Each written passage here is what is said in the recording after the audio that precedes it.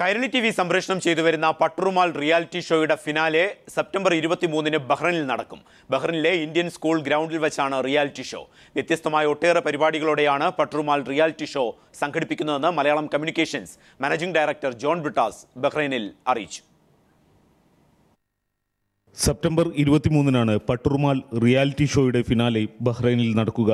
പട്ടുറുമാൽ മത്സരാർത്ഥികൾക്ക് പുറമെ Rahana, OU Basheer, MA Gafoor, Sajila എന്നിവരും വേദിയിലെത്തും.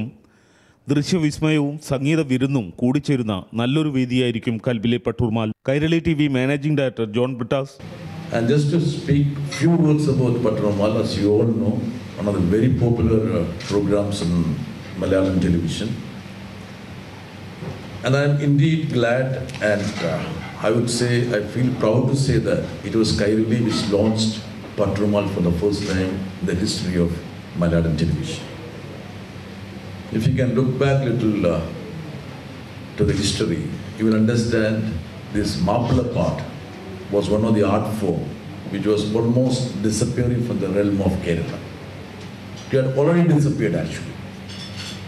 That was a time when we took the decision to start a reality show on Mappila part.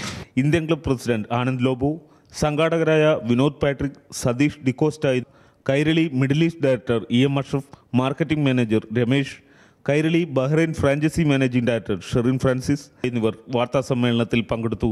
News bureau, Bahrain.